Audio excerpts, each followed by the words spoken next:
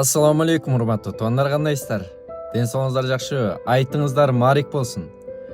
Аллахым эмне жакшылык болсо, дүйнөдө бардык жакшылыктарды Аллахым сизге насип этсин. Кайсы жамандык, оору, кырсык, бале болсо баарын алыс кылган болсун. Эгерде тагдырыңызга ушундай нерсе жазылган болсо, Аллахым ал нерселерди жакшылыкка алмаштырып берген болсун. Сооптуу иштерге алмаштырып берген болсун. Жакшы сөздөр, жылуу сөздөр бекер эле го туугандар. Келиңиздер, кичине болсо дагы жакшы сөздөрдү айтып берейин. Аллахым көңүлүңүзгө нур берсин. Жүрөгүңүзгө хидаяттын нурун берсин, ыймандын нурун берсин. Иншалла намаз окуп диндар адам болуп кетиңиз.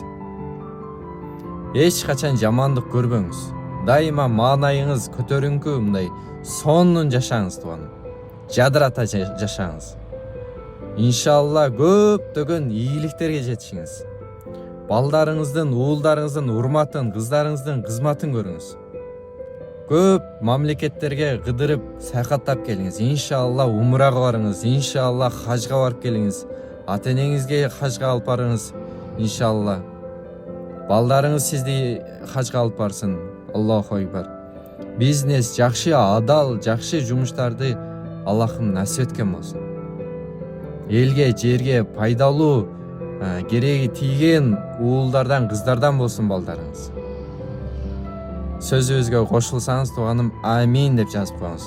Майрамыңыздар куттуу болсун, сонун өткөрүңүздөр.